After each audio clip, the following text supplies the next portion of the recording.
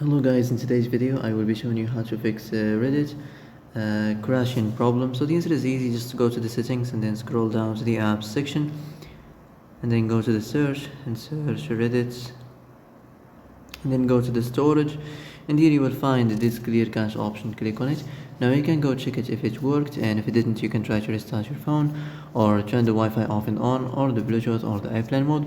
Also you can try to clear data, but be careful. If you clear data, all this application's data will be deleted. This includes all files, the settings, the accounts, the databases, etc. So be careful if you want to clear your data.